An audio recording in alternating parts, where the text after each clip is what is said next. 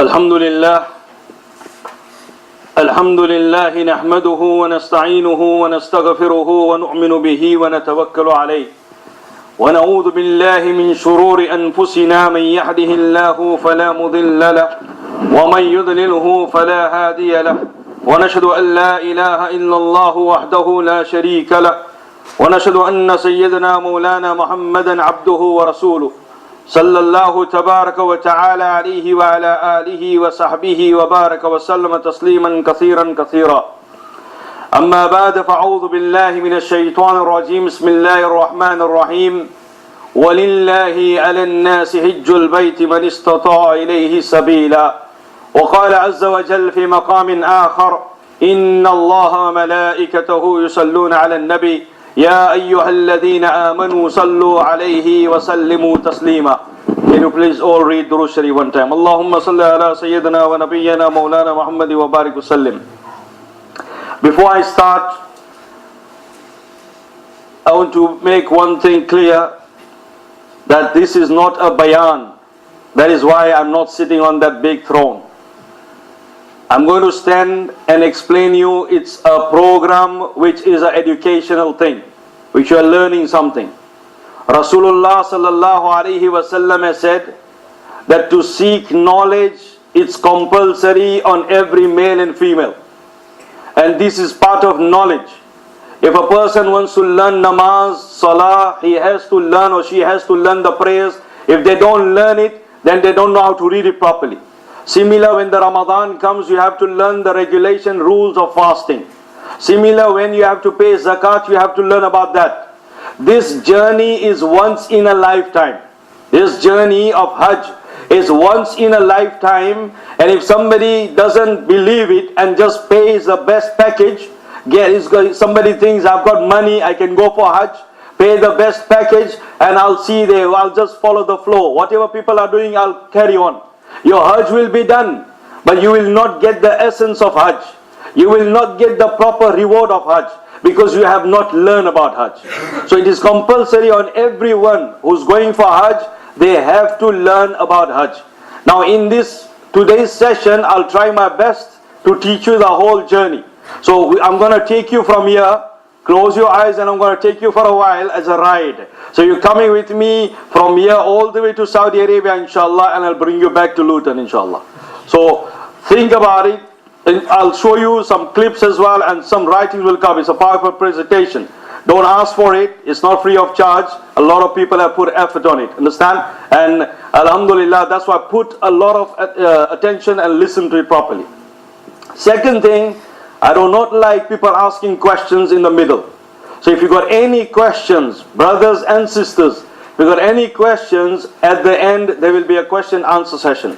Understand? So you leave it till the end. Sisters, I understand you don't want to ask questions in front of everyone. You can write them down. There are papers around there, and inshallah you can send your questions and we'll answer that, inshallah. Don't worry, we won't take your names. And brothers, you are free to ask questions, but at the end, please. If I know the answer, I will tell you, or I will send you to Mufti Qaidul Sahib, inshallah. Okay, so we're going to start the program now. As you can see, brothers, the screen is saying that Hajj is by invitation only. What it means, Allah subhanahu wa ta'ala, when He told Hazrat Sayyidina Ibrahim alayhi salatu wasalam to build the Kaaba, when Sayyidina Ibrahim alayhi salam finished building the Kaaba, Allah subhanahu wa ta'ala told him to call the people for Hajj. Sayyidina Ibrahim alayhi salatu wasalam said, Ya Allah, the only person I can see is my wife and my child. No one is here. Who's going to listen to my voice? Allah subhanahu wa ta'ala informed Sayyidina Ibrahim alayhi salam, your duty is to call the people for Hajj. My duty is to relay your sound throughout the globe. There was no CNN or BBC or Fox company those days. Allah subhanahu wa ta'ala sent the sound of Sayyidina Ibrahim alayhi salam throughout the globe. So all those people who are going to come for Hajj, they all said labbaik. Allah didn't stop there.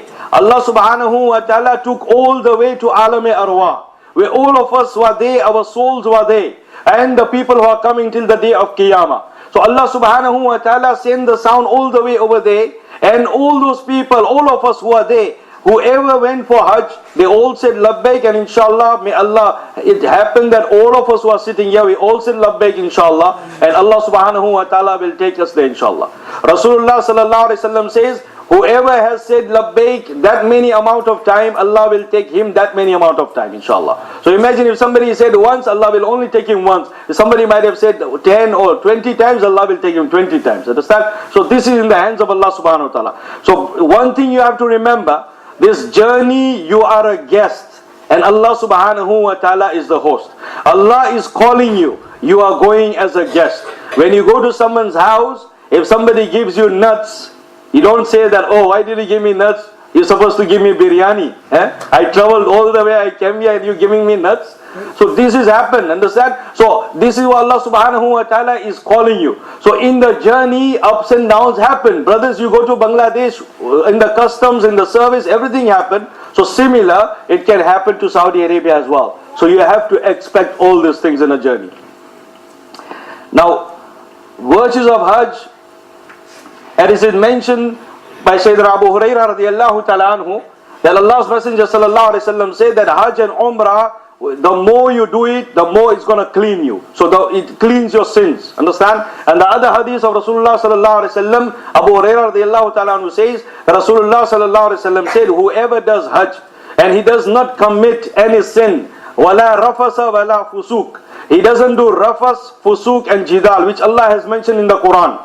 فَمَنْ فَرَضَ فِيهِنَّ الْحَجَّ فَلَا رَفَسَ وَلَا فُسُوقَ وَلَا جِدَالَ. What it means, that if a person went for Hajj, and in his Hajj, he did not do any kind of, because your wife is with you, so your wife is halal for you at home. Well, once you're in Ihram, your wife becomes haram for you. Understand? So if he stayed away from his wife regarding sexual intercourse or regarding kissing or any talking about relating that things, that is rafas. Fusuk means abusing someone, saying bad language, using bad language, or using that kind of language. And jidal means the boxing match, which people have in Hajj as well. When they get mad, they want to have a fight as well. So brothers, if somebody stayed away from these three things, you know what is going to happen? He will return home as clean as though he is just born today. May Allah subhanahu wa ta'ala make it happen that way inshallah. Hajj Mabrur means, this is what Hajj Mabrur means. Hajj Mabrur means a Hajj. In that Hajj you took care of every faraz. You took care of every wajib. You took care of every sunnat. You took care of every mustahab. And you took care of every nafal. And what is going to happen then? Allah subhanahu wa ta'ala will clean you. And you will come back as clean as a newborn baby has just arrived in this world. May Allah subhanahu wa ta'ala make all your Hajj like that inshallah. Now before you go, you need a checklist. Understand? And I have a checklist with me which I have bought, and you can borrow it afterwards. It's yours. I'm not borrowing, you can take it. This is a checklist, and it has got some diagram of the Urdu as well. So if somebody wants to read Urdu what to do, it's a checklist. And in this checklist, as it's mentioned, I'm going to go through it. What is it that, brothers and sisters, first of all, you have to make sure that you have got a copy of a passport. You know your passport, where the photograph is, to make 2 copies of that. And where the visa page is, make 2 copies of that. One leave in your suitcase and one leave it at home in the United Kingdom. What is going to happen? Sometimes it can happen that your passport gets lost. Now if your passport gets lost, you're in trouble. So what is going to happen? At least that document what you have, you can get your passport back from Jeddah. Understand? In Jeddah there is a British embassy and you can get your passport back from there inshallah. You don't have to worry about it too much. Your vaccination, make sure you see your doctors as well and ask them that you're going in a journey and the doctor knows your history. Like the ulama know your history in the masjid, the doctor know your history about your health. So when you go to the doctors, inshallah, the doctor will tell you exactly what vaccination you need. And make sure you get the certificate as well from them. Because in Jeddah, at the terminal, there will be some people in white coats and they will be asking for that document. Understand? Because they want to know that have you had the vaccination before you came to this country. Secondly is your ihram and slippers in luggage. Many times what happened, it is you traveling direct a flight from Heathrow all the way, or from Luton Airport, I don't know, from Heathrow all the way to Jeddah. If you are traveling like that, then you don't have to worry because you're going to put your ihram clothing at the airport anyway. But if you are traveling to other country, for example, you're going through Jordan or Egypt or other country, then obviously you're not going to wear your ihram at Heathrow Airport. You're going to wear your ihram at that airport. So now because you're traveling there, so make sure, brothers, your 2 pieces of ihram and your slippers are in your hand luggage. Sisters don't have to worry about this, because sisters, there is no such clothing for them. They can wear anything. Okay? There is no particular clothing for them. There is no particular color as well. Understand? Some people think, oh, they have to wear this color, they have to wear slippers. No. Sisters can wear anything. There's no kind of ruling for them. But brothers, there is a ruling for you. You are not allowed to wear stitched clothes. So that is why you are not allowed to wear jubba, izar, neither your underwear, neither your vest, no socks, no topi. You might be a biggest Maulana, you have to take your pagri out. Understand? So everything will be out. The only thing you're going to wear is these two pieces of clothing. So, once I was in Jordan, and one person came to me and said, Maulana Sahab, I forgot my ihram in my main luggage. I said, Alhamdulillah, you have done a good job. You see that news agent over there? Go there and buy Times newspaper, it will be enough for you. So it can happen, brothers. So use your common sense. You're going to change your flight somewhere, your ihram should be in your hand luggage. Okay, your money, make sure 50-pound notes, 20-pound notes, it's more, so it will be less in counting. So take that as well with you. Another advice on this point as well. Take some riyals as well with you. At least 100 riyals from UK. Understand? And some places are good. I'm not doing any business for anyone, but I'm just saying that some places they give good rate as well. So if you take 100 riyals, why I'm advising you for 100 riyals? When you arrive in Jeddah, you will be there for some time. So what happens? You might get hungry and you want to eat something. So what happens? Now you imagine you're in a group and you're asking your friend, can you borrow me 1 riyal? Now that person will say, Nalai ki aaj se mang raha hai, pata nahi aage kya hoga. This man is asking for money today and I'm going to spend 4 weeks with him. I don't know what's going to happen tomorrow. Understand? And it's a wrong impression. So brothers, take some money with you. At least 100 riyals. It will help you to buy a cup of tea or at least a can of coke. I was saying that Saudi government has always kept 1 riyal, but they have changed it now. It's become 150 now. Recession has come there as well. Okay. So then some pocket Quran and some books. Don't take too many books. MashaAllah, some brothers and sisters, they want to buy the whole bookshelf of Hajj. Understand? They go in a bookshop, they say, I want to buy all these books of Hajj. And then they go home and read this Maulvi has written here. Why is this? Why is that? You get confused in that. The best people for that is your ulamas. Go to your scholars, tell them what kitab should we need for Hajj. Okay? Take that with you, it will help you. And if you have got an alim in your group, then Nurun ala Nur. Understand? It means Nurul Amin is with you, inshallah. So if you have got an alim with you, Alhamdulillah, it's brilliant. And pocket size Quran will help you. Inflatable pillow as well, a sleeping bag, it might help you some places. And a rummy bag. A rummy bag means there is a bag like this. MashaAllah, our sisters are very good in this. They can sew this kind of bags for their husbands or for their brothers or whatever. This bag can be sewn. You will put your stones inside when you go for jamarat, when you go for your rami. Understand? So this kind of bags can be made, about 2 of them. Okay. Checklist number 2 is just your medication. I'm just going fast because some things I've already gone through. Your medicines, your vaccination, and you need miswak and ether and rummy bag, and some kind of things you need it over there. Understand? So mainly it's about what I'm trying to say is make sure your medication is there. If somebody is diabetic, make sure you ask everything to your doctor. I'm going for Hajj, and your doctor knows exactly what to give you. Checklist number 3 is regarding just some pictures, mashallah. It's just to show you that we need some kind of a belt as well. MashaAllah, this belt, one of our brother in Birmingham has taken out with this belt as well. I don't know why he's named this anti-theft belt. Understand? It's a very good belt. It helps you. It keeps the crooks away. Understand? MashaAllah, you think you're going for Hajj, all brothers are MashaAllah Sufi Sahab over there. There will be some good brothers as well. They love your money. Understand? So that will happen. Now, another thing, brothers, you need a safety pin as well, because you want to put your ihram properly. This kind of slippers for brothers, sisters can wear trainers as well. That kind of eye cap as well. Sometimes you want to slip, and earplugs. The whole reason of earplugs is mashallah, sometimes, some brothers are like generators when they go to sleep. When they're snoring, Allahu Samad, it's like an earthquake. So then imagine in a Hajj, at home, you are with your wife. Your wife knows you more than me, understand? I know my wife kicks me every day because I snore a lot. But what happens? These things happen. What I'm saying is, you don't need to put earplugs and then your namaz is gone as well and you wake up next day. Make sure that somebody is there to wake you up for namaz as well. Brothers, one namaz in Masjid al-Haram, you get 100,000 sawab. So don't miss that opportunity over there.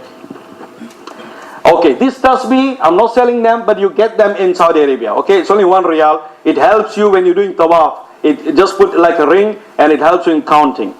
Okay, checklist number 2 is the mobile phone. MashaAllah. I'm not working for this company as well, so don't take me wrong. These are the companies which are prepaid SIM cards. You will get it. So don't use your SIM card of England. Use your SIM card over there. Take your mobile phones. At least don't, one advice, brothers and sisters, make sure your ringtones are normal ringtones. Understand? Don't keep musical ringtones. Sometimes, mashallah, I've seen brothers come to masjid and they're reading namaz and their phone is going on with music and mashallah, that brother is in namaz. Allahu Samad. And I think to myself, if he was that much big buzruk, then why did he have a musical tone first of all? So the brothers, when your phone goes on in your namaz, listen very carefully. When your phone goes in your namaz, you can put your hand in your pocket and switch it off. Understand?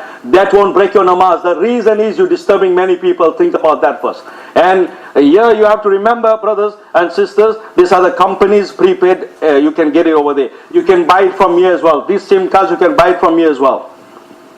Don't see me afterwards. I'm not selling them. Okay. Introduction now. Niyyah. Why are you going for Hajj? Why are you going for Hajj? What's your intention? Is my intention that after I come back, whenever I have to fill an application form and there is a written title, so instead of writing Mr., Mrs. or Miss, I will write Haji. Is that your intention? I have seen people, they have made their passports like that. Haji Yaqub Sahib. MashaAllah. Brothers, you're doing Hajj for Allah, not for anyone. Is your intention? I've seen one person in Leicester, his BMW is written Haji 7. MashaAllah. Trying to show people that I've done 7 Hajj. I've seen people, they write on their houses Haji Manzil. You don't have to do Hajj for people, you're doing for Allah subhanahu wa ta'ala. Don't need to have a name. Allah will give you the name. I've seen people, when they're going for Hajj, when we go and see them, we say, let's go and see Haji Sahib. He hasn't even done Hajj yet, but we're already giving him the title or giving her the title. Allah subhanahu wa ta'ala is giving you that honor. Remember that. Then, secondly is learning as much possible about it. So in this session, I can teach you as much as I can, but then still keep on learning by other ulamas, your local ulamas. Your journey, preparation, make sure you're holiday from work. Understand? Don't phone your gaffer from the airport that I'm going for Hajj. It doesn't look good. You have to make sure you put an application and tell them they're going for Hajj. Pay your debts. What does pay your debts mean? If you have got a direct debit account and your money is coming and your debts are being paid by your system is like that, money is coming and money is being paid, that's fine. But if you're owing someone some money, then make sure you clear that before you go. Rasulullah sallallahu alaihi wasallam stopped reading a janaza namaz of a sahabi. When he went there, a sahabi had a lot of debt. He said, he was about to read and he said, does he owe any money to anyone? He said, yes. Then I'm not reading my janaza namaz for him. One sahabi got up and said, Ya Rasulullah sallallahu alaihi wasallam, I am ready to pay for it. Then he read the janaza namaz. Brothers, this is hukukul ibad, the human rights. Allah subhanahu wa ta'ala will never forgive you. Remember that. So you have to make sure you clear that. Write down your will as well. You should write down this will. It is Islamically. It says in the Quran that a person goes in a journey, he should write his will down. Choose the right company and righteous. Like-minded people is alright. But if you have got a pious person in your company, that is good. Flights, accommodation, food, transport, everything. What does that mean? When you go to your agent, the travel agents, and you're booking your ticket with your travel, any group, you should always ask him which flights we're going in, where we're going to stay in Makkah, where we're going to stay in Medina. Don't just pay him money and come back home. Main to Hajj mein ja raha hu. I've asked many people, which flight are you going? Oh, I don't know. Are you going for Hajj? Yes, I am. Are you sure you're not going Ajmer Sharif? Understand? And then I asked him, have you paid, do you know which hotel you got? They don't know. Which hotel in Medina? They don't know. So you have to ask all these things. It's your right. You're a customer. You should ask all these things. So now Hajj is what you make of it. Okay? That is what Hajj is. Now we're going to show you 3 kinds of Hajj. There are three kinds of Hajj. One is known as Hajj Tamattu. One is known as Hajj Kiran, not Kiran, Kiran. And one is known as Hajj Ifrad. Okay? So there are three kinds of Hajj. Because majority of the people from United Kingdom, they do Hajj Tamattu, so we're going to talk about this. Only few people do Hajj Kiran and Hajj Ifrad. Okay?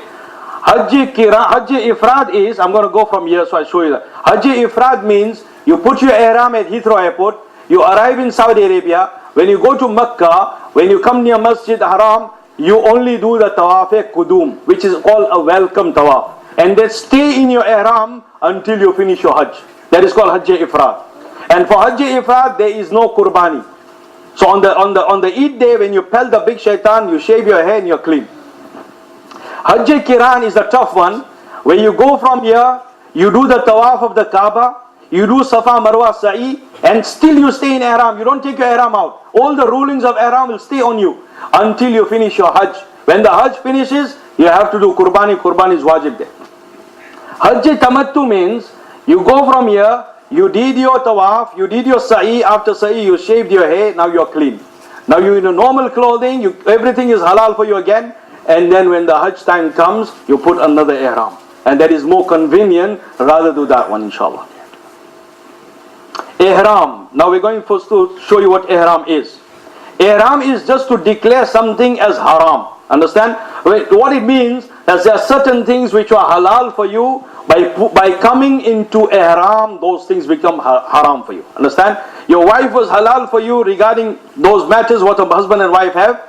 Once you're into ihram, it becomes haram for you. Understand? To put itar on, it was halal for you. Now you cannot put itar on. You cannot cut your nails. You cannot cut your hair now. You can't do certain things. Understand? So this kind of thing becomes haram. So many things were halal, but it becomes haram on you. That is what ihram means.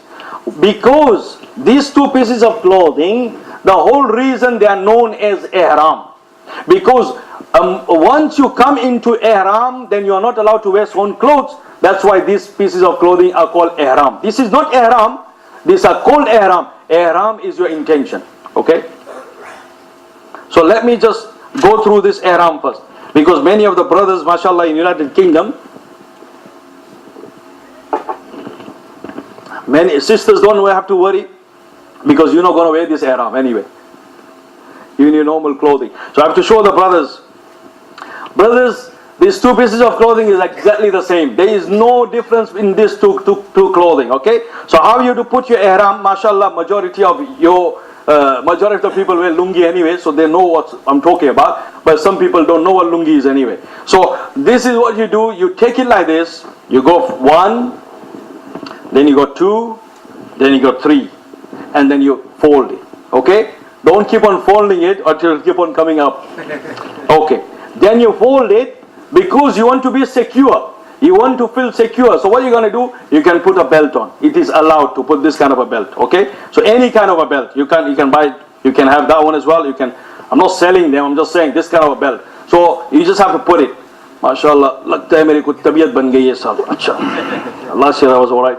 Okay. So you put on this and then make sure, brothers, you can look at the back, cover it. Why? MashaAllah, they are good brothers as well. They want to cut your belt as well. Understand? So cover it. Here in here, you can put your mobile phone, you can put your money, and then cover this as well. So at least everything is covered properly. Okay? After wearing this, brothers, you can try your wife's sari at home. But I'm just saying. You wear this and then try it out at home. Don't feel shy. If you're going for Hajj, you got time at home. Wear your ihram every day. Go up and down on your stairs as well. Think. You have to be careful. We don't want that you go up the stairs and the ihram is down. Understand? So we don't want that to happen as well. Brothers, good advice I'm giving you. So when you wear your ihram, look properly, jump around, think about, am I flexible or not properly? All these things you have to check. Okay? So this is the down ihram. The top ihram, see I already told you, I'm going a little bit fat. Now it's open. Okay. The top ihram is exactly the same. You just have to do this, and this is the top ihram. Many of the brothers you will see in Saudi Arabia, they will be doing like this all the time. They want to show their muscles. Understand? Always the right shoulder is open. That is wrong. Understand? That when you do it, I'll show you. That will come as well. But this all the time, you have to cover it yourself. This is how you move around. Okay? Another thing which I want to advise you, brothers, your belly button is also your satar. Remember that, your belly button, you know, your nabi, huh? Your nabi or nabi to nahi na bhai, nabi hai na. So your nabi is also your satar. I have seen, mashallah, some people have got big stomachs, you know, so the ihram is hanging here, mashallah. This is wrong. Make sure that your nabi is covered, your belly button is covered as well. It is part of your satar. Okay. So this is what the ihram looks like. Okay. Footwear.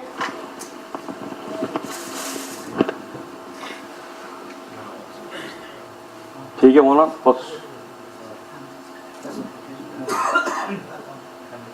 can everybody see this, brothers? Don't switch on this, or it will be a problem. That's it. That's it. Is everybody all right with it? Jazakallah. Okay. Footwear. This is the best. You can have this one as well. Now in this one I'm going to explain you, so look properly. Okay.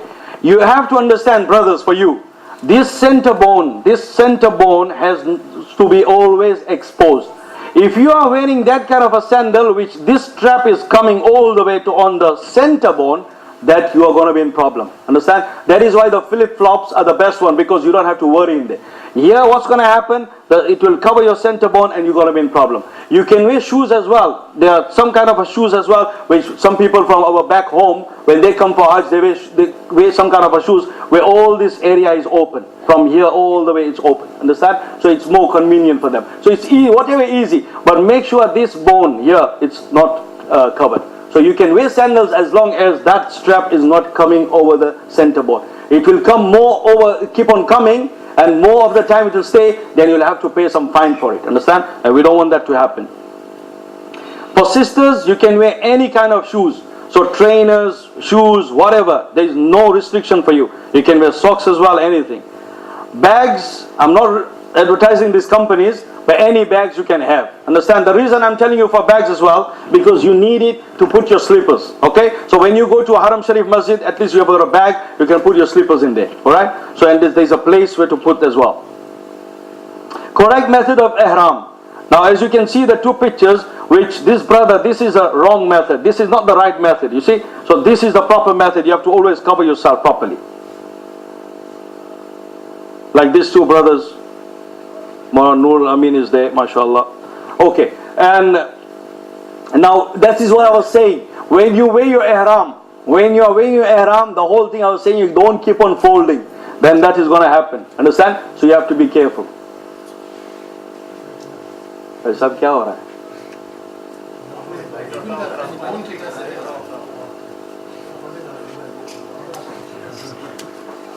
अल्हम्दुलिल्लाह मेरा नूर काफी है, light की जरूरत नहीं थी.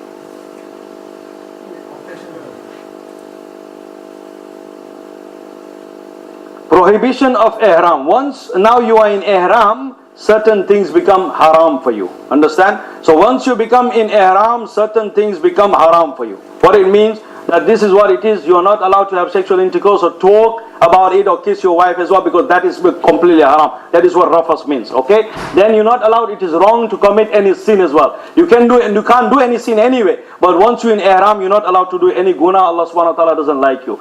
To quarrel with each other while you're in ihram, it's not allowed as well. Don't do hunting, or Maulana Qaidi will put you in prison.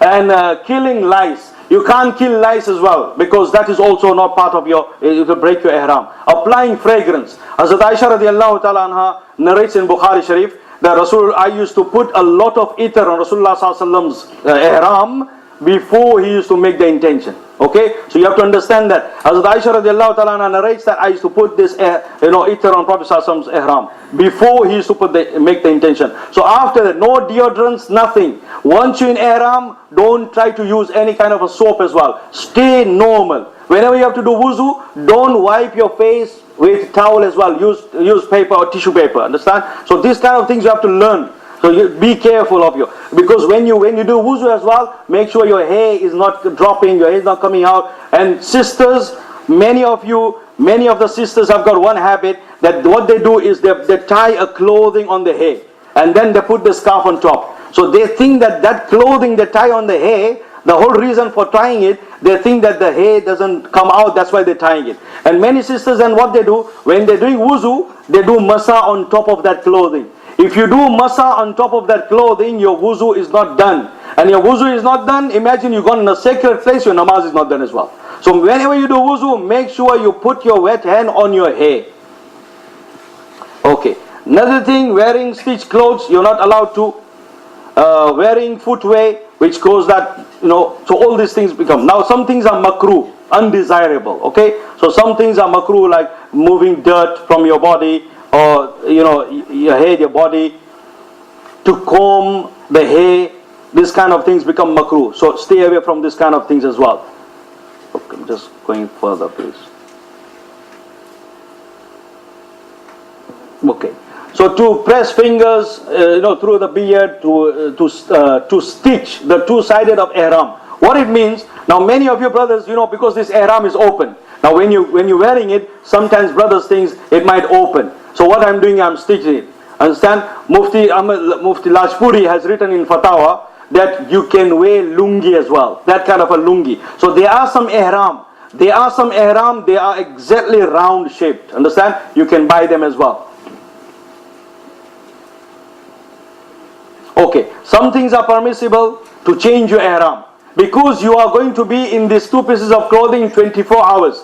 Sleeping in them as well, moving around in them as well. So when you sleep at night and if you become napak, then obviously your ihram is napak. So when you wake up in the morning, you can change it. You can wear your top one in the bottom, and the bottom one you can put in the washing, and when it gets dry you wear it. Understand? So you can change it. It's allowed. To remove, when you're having a shower, you can remove them. When you go to the toilet, to use miswak. So to use miswak means, because some toothpaste have got a lot of fragrance inside as well. So try to stay away from them as well. Understand? To wear money belt is allowed as well. And to cover the body, including the feet. Now, as I say to you brothers, you are not allowed to cover your feet in ihram. But when you are sleeping, you can go in a sleeping bag. But you're not allowed to cover your face. Okay? So when in a sleep, if the quilt came on top of your head, doesn't matter. But before you sleep, make sure that your face is not covered. Sisters, in your ihram, you only have, the only thing should be exposed is your face, your hands and your feet. Now mashallah, some sisters, they're doing parda in this country as well. They want to do parda over there as well. So you've got a kind of a baseball cap, you can wear it and put a clothing on top. Understand? So this is while you are in ihram. Once you are halal, you can wear any clothing and you can put your parda normally. But this is only while you're in ihram you can do that. Learn from those sisters who's been before. Another thing you have to understand, sisters, that Hazrat Aisha radiallahu ta'ala anha says, when we didn't cover our face while we were sitting amongst ourselves. So if you are sitting in a tent where all the women are, you can always open up that cap, take it away. But when the men are around, then you have to cover yourself. Remember that. Okay, putting on ihram. So putting on ihram, on the prior reaching to miqat, take a bath. Now for your instance, just want to explain you what exactly you're going to do. What you're going to do is, when you leave your home, make sure that all those things which are halal you're doing. Cut your nails, remove your unwanted hair, get yourself clean, and then you can oil yourself as well properly, understand? And put some oil on your hair as well if you've got long hair. And then you can, many of the brothers, this advice I'm giving you, listen very carefully. You know this bottom ihram, you can wear it from home. Wear it from home and then wear your jubbah on top. Okay? Wear this ihram, bottom ihram from home and wear the jubbah from the top. When you arrive in Heathrow Airport, what are you going to do there? You're going to read 2 rakats of ihram.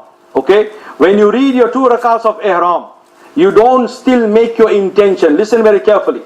Don't make your intention. Just read those 2 rakats and then go in the customs and go in the plane and sit in the plane.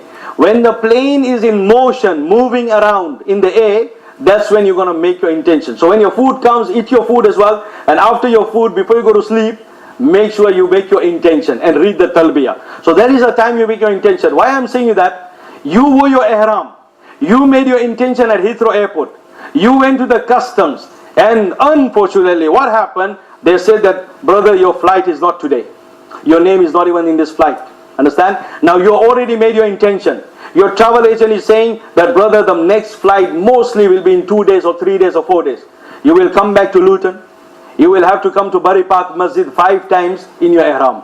Understand? So we are, mashallah, ye Haji sahab ne to yahi chakkar shuru kar diya. Brothers, listen very carefully. Don't make your intention until you are in the plane.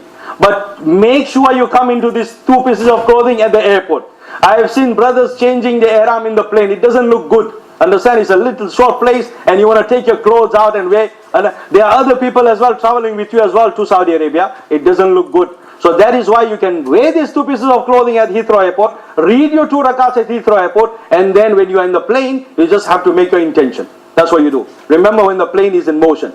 If it's a Saudi Arabian Airlines or any Arab Airlines, they will let you know 1 hour prior to passing the miqat. There is a boundary. Before you pass that, 1 hour before that, the pilot will say, in 1 hour 40 minutes time, we're going to cross the border. So start making your intentions. And then you see people panicking. They're taking the clothes out and running around. Understand? So this doesn't look good.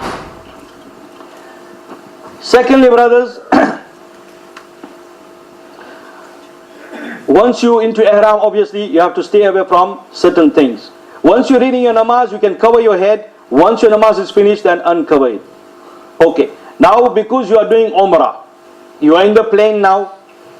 Are you all ready now? You have fastened your belts? MashaAllah. So you are in the plane now, and now you have ate your food, and after food, you are going to make your intention. This is the intention what you're going to make. Allahumma inni uridu al-umrata fayassirha li wa taqabbalha minni. If you don't know in Arabic, you just have to say, oh Allah, I intend to perform umrah, make it easy for me and accept it from me. Understand? So this is the intention you're going to make. In any language, you can say in Bangla as well, or you can see in any other language. Doesn't matter. Allah listens to everything. So this is what you read. After this, you're going to read labbaik. So brothers, I want you all to read this labbaik with me, inshallah.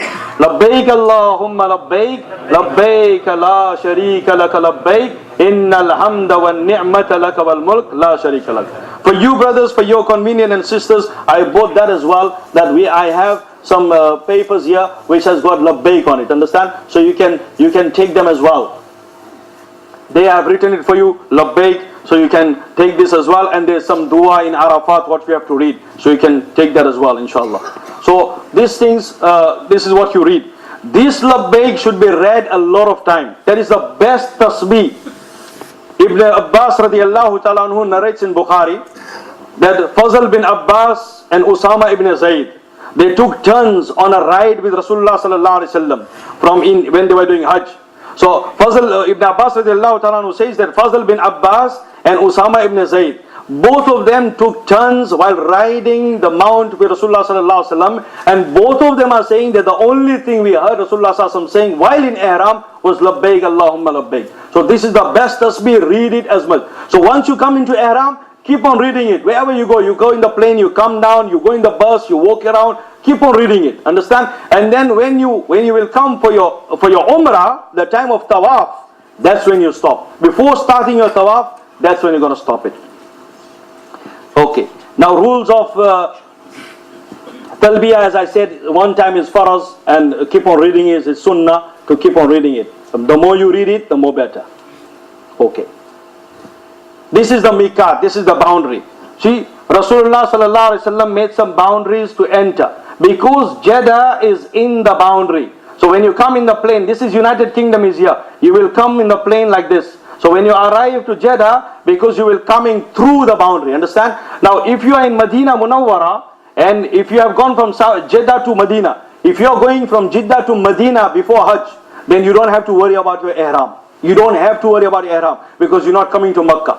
So from Jeddah you are going to catch a bus or plane and you're going to Medina. You don't have to worry about your ihram, because you only have to worry about your ihram the time you will leave Medina and you're coming. Rasulullah sallallahu alaihi wasallam made the furthest miqat. Look at Makkah is here. Every miqat is nearby, but the furthest miqat is Medina. You just come out. It's only about 3 miles away from Masjid al-Nabawi. So when you come in Masjid al-Nabawi, every bus which comes out from Medina, it stops there. At that masjid called Masjid Zul Hulayfa, or it's called Bir Ali. That's where the bus stops. What are you going to do there? You already got your ihram in your hotel. You're already into your 2 pieces of clothing. You already made you haven't made your intention, but you know 2 pieces of clothing and you're ready. When you arrive to that masjid, you do your wuzu again. If you haven't got your wuzu, you can have a shower as well. There are so many showers over there as well. But listen, make sure you stay with your group. Understand? Because they're going to be, everyone will look same.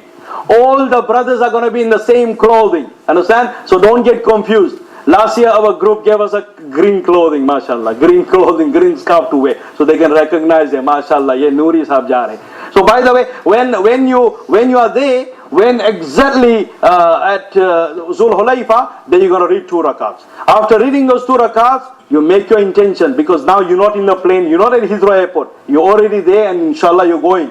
So you make your intention and you read Talbiyah. Okay? So this is the miqat.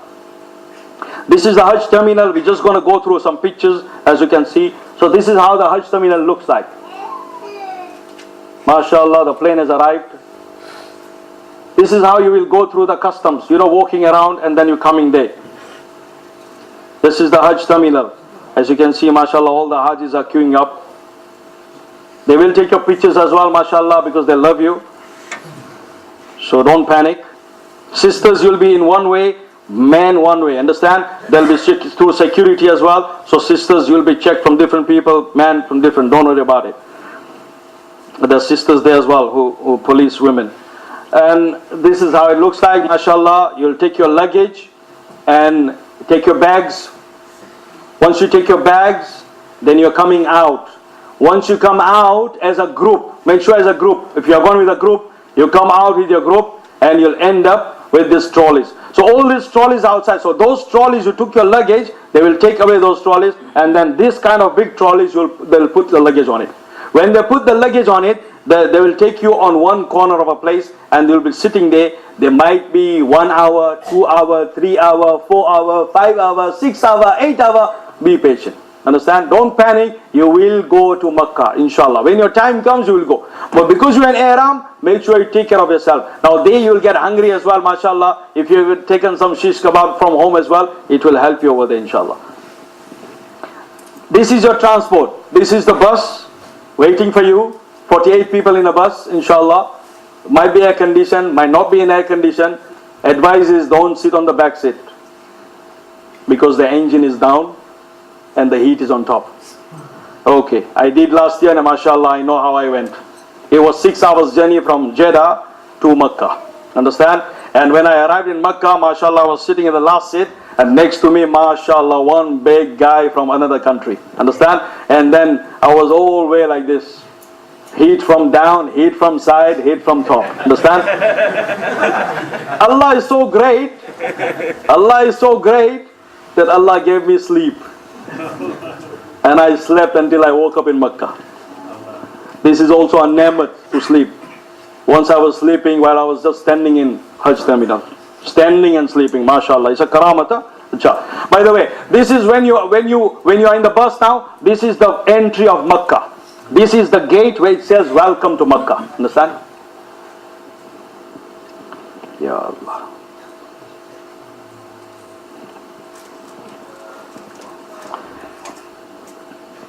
Let me just take them to Makkah, inshallah, before I start more, inshallah.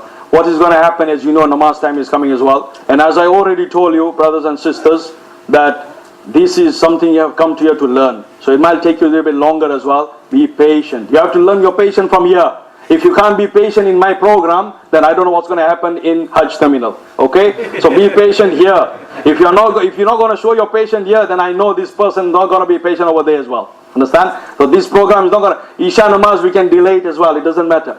Inshallah. Understand? It's not compulsory. It's not written in the Quran that you have to read for Isha namaz at that particular time when it's appointed by the committee.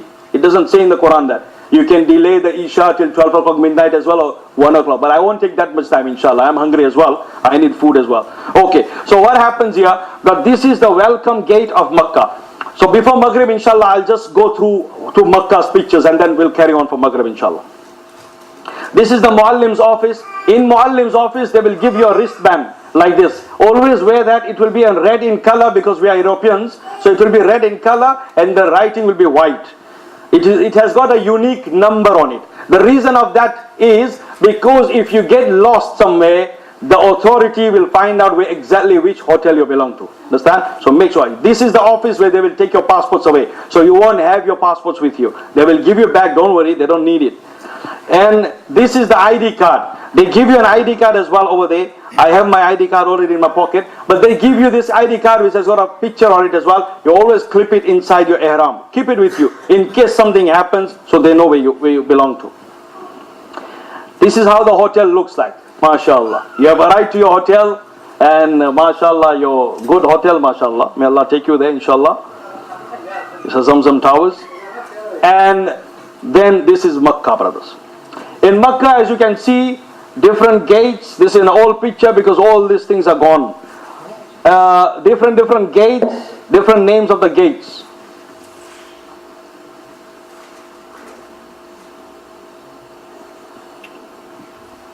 As you can see, a lot of construction work is going on around here.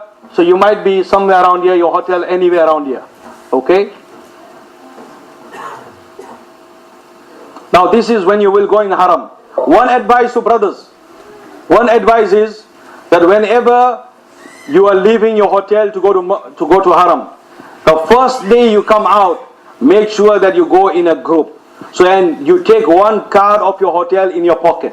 So you know you don't have a pocket at this time because you're in Ihram. But one card, make sure you put in your bag the reason, or give your wife as well, and make sure when you go inside Haram, make sure you make a meeting point. There are about 91 gates. You know, in the whole round, this is gate number 1, Babi Abdul Aziz, but the whole round there are about 91 doors. So every gate has got a number. So when you enter from any gate, remember that number. So remember where you're coming out every day to your hotel and where you're coming back. So that route will be more familiar to you. So especially those who are going first time. This is the entrance of Babi Abdul Aziz. Now dua of entering the masjid. When you enter the Haram Sharif, this is what you read. Bismillah wa salatu wa salamu ala Rasulillah. Rabbik filli dhunubi waftah li abwab rahmatik. This is a dua you read when you enter the masjid. And also make the intention of i'tikaf. Now first view. You know when you arrive in Makkah, you want to read your namaz. Obviously, but you don't want to go now. Don't hurry. You know, many of the Hajis, that's what they do. They just want to arrive in Makkah, they want to go in the hotel, put the bags, and they say, let's go and do Umrah quickly. Relax, have your food, until your mind and your body is settled properly, then you go and do your Umrah. Okay? Until then, don't go. Don't worry about it. But for namaz, make sure you just go in the entrance, read your namaz. Don't look at the Kaaba now. Just go in the entrance. There's a big area. You won't even see the Kaaba until you have to walk a lot inside as well. So once you go inside, just read your namaz, come back to the hotel. Every namaz, just go and read. When you are ready, then you go first and view the Kaaba. So when you want to view the Kaaba, don't go right near it. Go near this pillar somewhere, stand here, and then as a group or one, just look at the Kaaba and make dua. Rasulullah sallallahu alaihi wasallam has said, whatever dua a person makes when he sees the Kaaba first time, that dua is accepted. Hazrat Imam Azam Abu Hanifa rahimahullah Shagird was going for Hajj. When he was going for Hajj, he came to Imam Sahib, and Imam Sahib, what dua shall I make when I see the Kaaba first? Imam Sahib rahmatullah alayhi said to him, when you see the Kaaba first time, make dua that, oh Allah, accept my dua wherever I make dua. Accept my dua wherever I make dua. Inshallah, when you come back to Bari Park Masjid, your dua will accept here as well. And inshallah. And don't make bad dua for the Imam Sahib, by the way. So this is the view you have. Okay. So first time, look at the Kaaba properly. Just by looking at the Kaaba, Allah sends 20 mercies on you. 20 rahmat comes on you. Looking on the Quran, Allah's mercy come on you. Looking at an alim, Allah's mercy come on you. Understand? So all these things are mentioned. So remember, looking at Zamzam water, Allah's mercy comes on you. Looking at Kaaba, Allah's mercy comes on you. So when you see the Kaaba, first of all, praise Allah subhanahu wa ta'ala. Allahu Akbar, la ilaha illallah. Okay? Allahu Akbar, la ilaha illallah. Okay? And then this is an extra dua, but you can read whatever you like. This is the mataf. So we're just going through pictures, then inshallah we'll carry on for Maghrib. Those brothers who want to do wuzu, they can carry on. This is mataf, where you're going to do tawaf. That is why it's called mataf. Now here we just want to learn about what things are what. Okay, so this is the door of the Kaaba. Okay, and that is the black stone in that corner. So wherever the door is, right that corner is the black stone, Hajar Aswad. This is Maqam Ibrahim, the golden cage, where Sayyidina Ibrahim alayhi salatu was salam's footprint is. Okay, this is an old picture, that's why that building is not there anymore. This is the semicircle wall, which is known as Hijra Ismail, the Hatim. And then this Zamzam water, before we used to go in there, now they have closed that area. It's just become like normal place. But the Zamzam water is still there, so don't worry about it. Okay. You see that? I'm not going to tell you again, but listen very carefully. You see that board over there, that white board over there, that says towards Safa. So it's written Safa over there. So when you finish your tawaf, when you go finish your rounds, and when you finish the 2 rakats behind Maqam Ibrahim anyway, you have drank the Zamzam water, and then you go back and you go from that area. This is the area you follow, and you will end up to Safa mountain. Okay? So remember this. That's like that gate over there is known as Babi Abdul Aziz. You know, that it's in green color. So if you have come from that 2 pillars there, the Babi Abdul Aziz is. If you have come through that gate, you will end up here. And it's known as Babi Abdul Aziz. So when you come inside Haram as well, think where I have come from. Because when you are here, you will get confused. Did I come from that corner? Did I come from... So this gate, the name will at least remind you that this is where you have come from. This is just because I was just sitting down and doing nothing. So I just made this up anyway. Okay. Let me just get out from here. Now, Maulana, shall we carry on after Maghrib? Inshallah? Because this is what we're starting now. Okay brothers, can you start going downstairs inshallah? After Maghrib namaz, come back inshallah.